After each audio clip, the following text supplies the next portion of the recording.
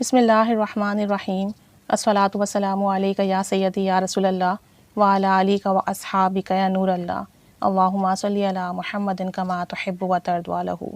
الحمد للہ رب العالمین۔ درود شریف کے راستے پر جب ہم آ جاتے ہیں اور درود شریف کثرت کے ساتھ ساتھ محبت سے بھی پڑھتے ہیں، توجہ سے بھی پڑھتے ہیں، تو بہت جگہ ہمیں بہت سارے معاملات میں رہنمائی ملتی ہے، اور یہ رہنمائی ہمیں دین کے کام میں بھی کام آتی ہے اور دنیاوی معاملات میں بھی۔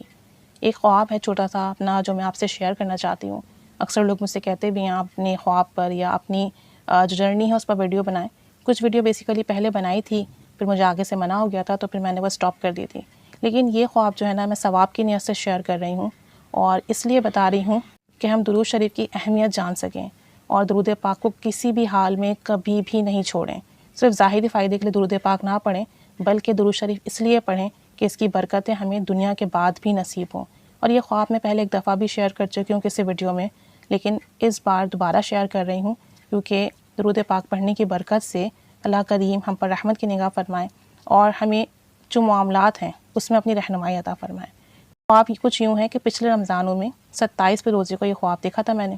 اللہ کریم کی کرم نوازی سے ہوا کچھ یوں کہ فجر کی نماز کے بعد میں ذکر کرتی ہوں، ذکر خفی قلبی کرتی ہوں، کبھی بیٹھ کر کرتی ہوں، کبھی لیٹ بھی جاتی ہوں۔ تو جب میں نے ذکر کر لیا اور میں لیٹ گئی تو میں اپنے قلب کی طرف توجہ دے رہی تھی اور محسوس کر رہی تھی کہ میرے قلب سے اللہ اللہ کی آواز آ رہی ہے، اور یہی ذکر سنتے سنتے نا مجھے نیند آنے لگی۔ جب میں نیند میں جانے لگی تو مجھے فیل ہوا کہ میرے قلب سے اللہ کی آواز نہیں آ رہی، بلکہ بسم اللہ لا الہ الا اللہ میرے قلب سے یہ آواز آ رہی ہے، اور میں اسی کو سنتے سنتے اسی دھیان میں گم ہو کر نیند کی کیفیت میں جاتی چلی گئی اور مجھے جو ہے نیند آنے لگی۔ اب میرا دل جو تھا ان الفاظ کو ورد کر رہا تھا، اور مجھے محسوس بھی ہو رہا تھا کہ بسم اللہ لا الہ الا اللہ، یہی سنتے سنتے اپنے قلب سے میں سو گئی۔ تو ایک عجیب سا میں نے منظر دیکھا، یہ دیکھا کہ میں سفر کر رہی ہوں، کسی بس میں ہوں، ٹریول کر رہی ہوں، اور جب بس تھوڑا آگے چلی جاتی ہے تو مجھ سے کہا جاتا ہے کہ آپ کو جہاں جانا ہے یہ بس وہاں نہیں جائے گی، آپ یہیں اتر جائیے ورنہ آپ کو آگے جا کے مسئلہ ہوگا۔ تو میں ان سے پوچھتی بھی ہوں کہ جہاں مجھے جانا ہے وہاں کون سی گاڑی جائے گی، بہرحال کوئی مجھے کچھ نہیں بتاتا، میں وہاں اتر جاتی ہوں۔ اب میرے سامنے 2 گلیاں ہوتی ہیں، ایک گلی میں داخل ہوتی ہوں تو وہ گلی بہت تنگ ہوتی ہے اور اس میں بہت اندھیرا ہوتا ہے، آگے کا رستہ دکھائی نہیں دیتا، تو میں گھبرا کر واپس باہر آ جاتی ہوں۔ برابر میں دوسری گلی ہوتی ہے تو میں دوسری گلی میں داخل ہو جاتی ہوں۔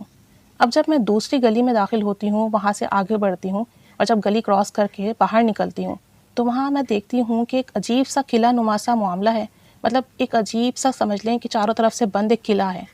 اور وہاں پہ ایک بہت بڑا انسان تو نہیں کہیں گے، دیو کہہ لیں یا جن کہہ لیں، غالباً کوئی اور ہی مخلوق تھی جو کہ چین سے بندھی ہوئی تھی، زنجیر سے بندھی ہوئی تھی، اور وہ اپنی زنجیر کھولنے کی مسلسل کوشش کر رہا تھا۔ دیو سمجھ لیں اسے، دوسری مخلوق سمجھ لیں، اور وہ اتنا بھاری بھرکم، اتنا وزنی اور اتنا بڑا تھا کہ وہاں جتنے بھی لوگ تھے نا سب بڑے خوف میں مبتلا تھے۔ وہ پیر مارتا زمین پر، سب ڈر جاتے، تو وہ مسلسل اپنی زنجیر توڑنے کے لیے پیر زمین پر مار رہا تھا۔ تو میں وہاں سے نکلتی ہوں، جب یہ معاملہ دیکھتی ہوں، اس دیو کو بھی دیکھتی ہوں، اور وہاں جو لوگ ہوتے ہیں آس پاس کے بڑے خوف میں مبتلا تھے، ادھر ادھر بھاگ رہے تھے، اپنے آپ کو بچانے کی کوشش کر رہے تھے۔ سب کو یہ ڈر تھا کہ اگر یہ آزاد ہو گیا تو ہمارا بڑا نقصان ہوگا۔ میں بھی وہاں پر موجود ہوتی ہوں۔ اب مجھے یہ مسئلہ لاحق تھا خواب میں کہ مجھے کہیں سے باہر نکلنے کا رستہ نہیں مل رہا تھا۔ جس گلی سے میں اندر آئی تھی وہ گلی بھی نہیں دکھ رہی تھی باہر نکلنے کے لیے۔ میں بھی یہاں وہاں دیکھ رہی ہوتی ہوں، تلاش کر رہی ہوتی ہوں کہ مجھے کہیں نہ کہیں سے یہاں سے باہر نکلنے کا رستہ مل جائے۔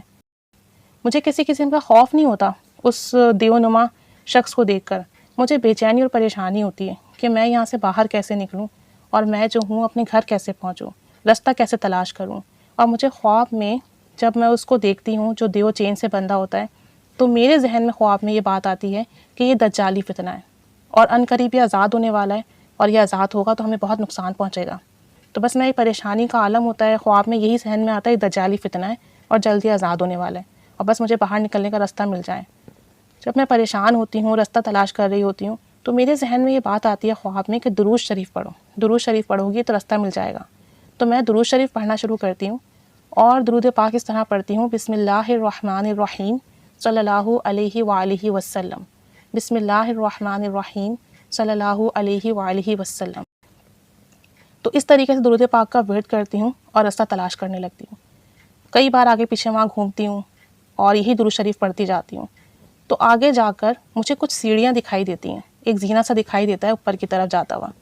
اور میرے ذہن میں اس وقت یہ خیال آتا ہے کہ اگر میں ان سیڑھیوں سے اوپر جاؤں گی درود شریف پڑھتے ہوئے تو یقیناً دوسری طرف پیچھے کی طرف راستہ ہوگا اور وہاں سے میں انشاءاللہ گھر پہنچ جاؤں گی۔ یہی سوچتے ہوئے اسی بسم اللہ الرحمن الرحیم صلی اللہ علیہ وآلہ وسلم کا ورد کرتے ہوئے سیڑھیوں پہ چڑھتی ہوں، اوپر جاتی ہوں، اور جب اوپر جا کر دوسری طرف کا منظر دیکھتی ہوں تو وہاں اتنی خوبصورت سا وہ علاقہ ہوتا ہے، وہاں ہریالی ہی ہریالی ہوتی ہے، کھیت سے کہہ لیں، باغات سے کہہ لیں،